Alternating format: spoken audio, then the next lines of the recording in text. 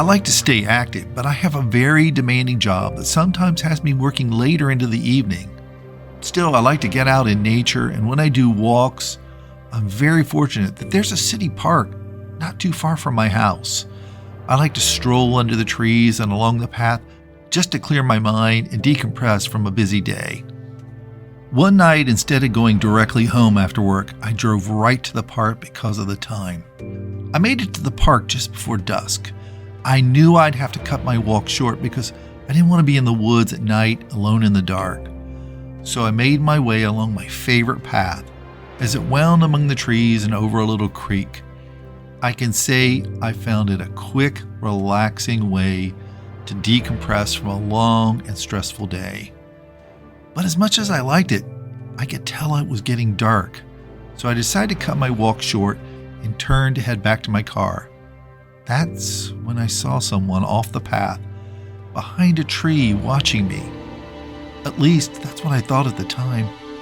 I didn't know what to do, so I sort of froze there for a moment.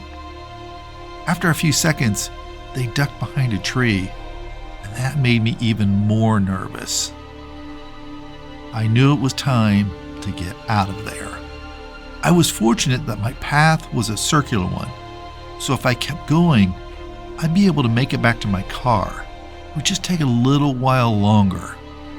I didn't run the rest of the way, but I certainly power walked at a very quick pace.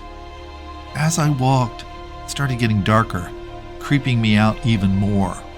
All the while, I checked behind me, and I didn't see anything or anyone, but I could swear I heard footsteps in the leaves keeping pace with me. This caused me to break into a jog, and I quickly made it out of the woods and saw my car off in the parking lot in the distance. By now, I was running. I made it to my car, got in, and locked all the doors, and then raced out of the park. Thought my ordeal was over, but I noticed a set of headlights come on behind me. When I ran to my car, I didn't take an inventory of all the cars in the parking lot, but one of them pulled out, and it started following me. Now I knew I was in real trouble. I considered calling the police, but knew they might not be able to get to me in time. So I just kept driving until I got into the downtown of the little city I live in, and I drove right to the police station's parking lot. When I looked in my rearview mirror, I saw a car pass by, and that's when I felt safe. Just to be careful, I called 911 and the police responded so quickly because I was right in their parking lot. They came to my car and reassured me I was safe. Unfortunately, I wasn't able to give them a description of the car or the license plate number because it was so dark and, well, sort of panicked. After that, I kept all my walks in the woods to daylight hours only.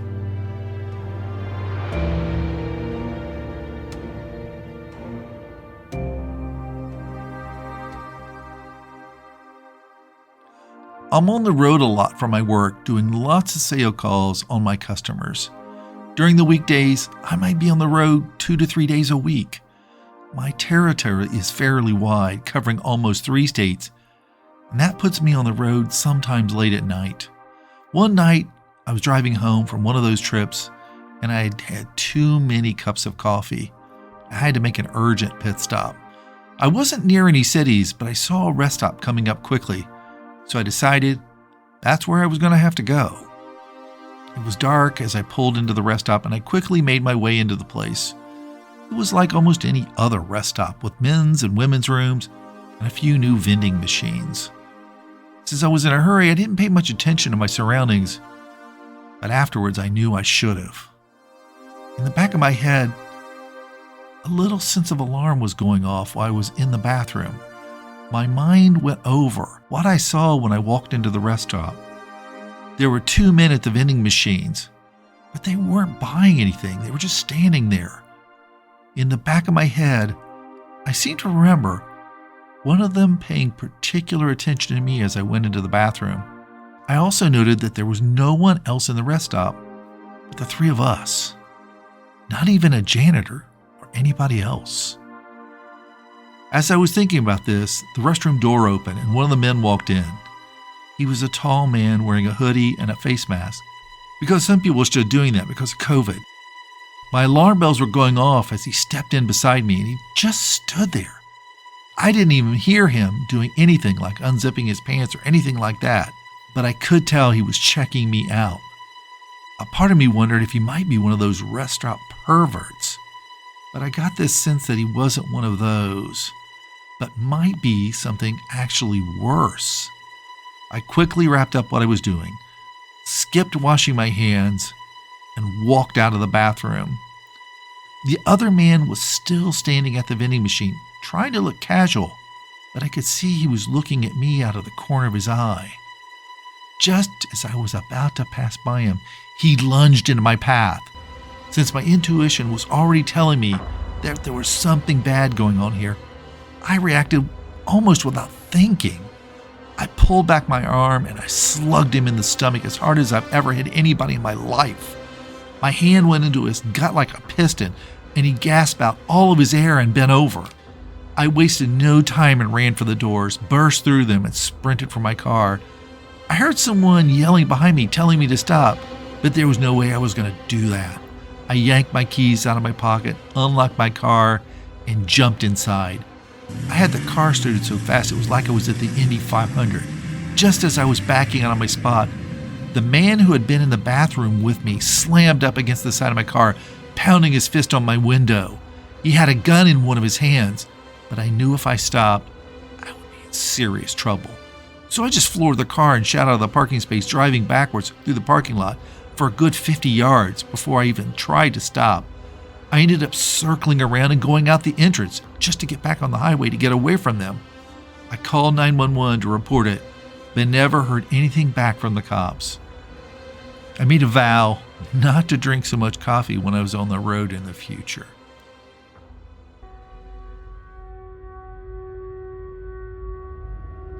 I'm a parent of 2 kids, and my oldest worked at our local mall. Their hours varied, and sometimes they worked until closing time, which put them there until at least 10 p.m. They didn't have a car, so either myself or my wife had to do the pickups, or sometimes they got a friend to do it. They were trying to earn enough money to buy their own car. Until then, we were their taxi service. This happened one night during one of the late night pickups. I drove to the mall and parked the car right up against the curb where they usually come out one of the doors, and waited. Sometimes their exit time varied, and I might have to sit there for 10 or 15 minutes. While I waited, I just goofed around on my phone or listened to music on the radio. This night, though, as I was sitting there, I kept looking to the mall out the driver's side door. I wasn't paying attention to anything on the other side of the car. Something came out of nowhere. A man appeared on the other side of the car.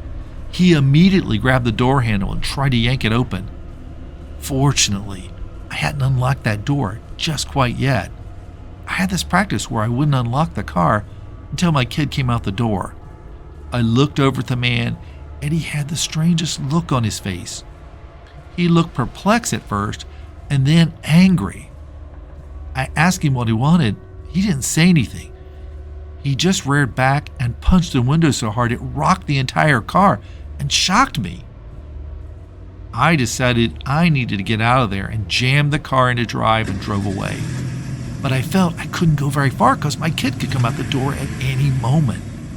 So I circled around and shined my lights back on all the mall doors. I saw the man running off around the corner of the building. Quickly texted my kid and told them not to come out, and if they saw mall security, to grab them and bring them to the door. I called 911.